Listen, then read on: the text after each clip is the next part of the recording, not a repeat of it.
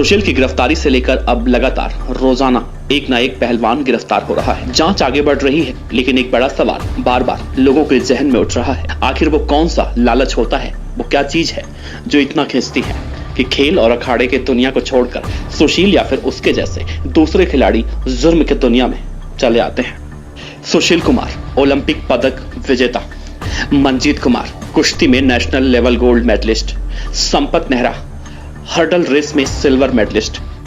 ये है Chhatrasal murder case से जुड़े वो कुछ चेहरे जिनके पुलिस के शिकंजे में आने के बाद खुलासा हुआ कि इन सभी ने कैरियर तो शुरू किया खेल की दुनिया से, लेकिन पैसे की रसूख और हवस के चलते खेल के मैदान को छोड़कर जुर्म की दुनिया में उतर गए।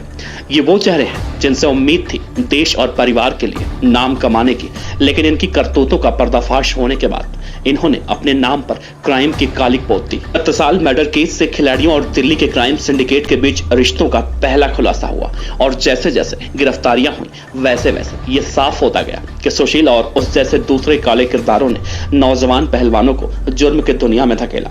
और कुछ ऐसे भी थे जो सुशील का रसूख और पावर देखकर अपराध के मैदान में खुद ब खुद उतरते चले गए। एक ऐसा ही चेहरा है विजेंद्र को दिल्ली पुलिस ने टिकरे इलाके से 28 मई को गिरफ्तार किया था। खबरों के मुताबिक विजेंद्र खुद एक पहलवान है और लंबे वक्त से सुशील के साथ था। कहा यह भी जाता है कि दिल्ली के छत्रसाल स्टेडियम में सुशील के साथ वो प्रैक्टिस करता था।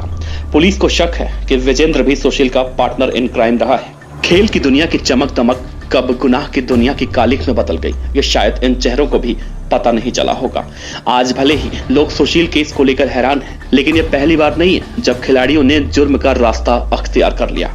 पंजाब का कुख्यात गैंगस्टर रुपिंदर गांधी क्रिमिनल बनने से पहले नेशनल लेवल फुटबॉल प्लेयर था। नाभा जेल ब्रेक का किंगपिन विक्की गोंडर राष्ट्रीय स्तर का डिस्कस थ्रो एथलीट रह चुका था। पंजाब के फिरोजपुर का दुर्दांत अपराधी जयपाल भी हैमर थ्रो का खिलाड़ी था। सुशील केस ने एक बार फिर से यह साबित कर दिया, कभी पैसे की चमक दमक तो कभी बदले की नफरत ने मंजीत या विजेंद्र जैसे नौजवानों को खेल की दुनिया से अलग कर गुनाह की राह पर धकेल दिया। और सुशील कुमार का रैकेट जैसे जैसे खुलेगा तो हर वो परत सामने आएगी जो बताएगी कैसे सुशील कुमार या उसके जैसे दूसरे चेहरे नौजवान खिलाड़ियों को बरगलाकर अपराधी बनाते थे। चाहे सुशील ने इन खिलाड़ियों को जुर्म की दुनिया में धकेला हो या फिर ये खुद अपनी क्राइम फाइल बनाने निकले, ये अलग बात है। लेकिन अब ये कहना गलत नहीं होगा कि सुशील या फिर उसके साथ काम करने वाले एक क्राइम सिंडिकेट बनाने की तरफ बढ़ रहे थे। एक ऐसा सिंडिकेट जिसमें न सिर्फ दूसरे गैंग से कनेक्शन बनाए जाते बल्कि साथ ही साथ हथियार इकट्ठा किए जाते, जमीनें कब्जाई जाती। आप इस खबर पर अपनी क्या राय रखते हैं वो जरूर साझा कीजिएगा। आपका बहुत बहुत शुक्रिया।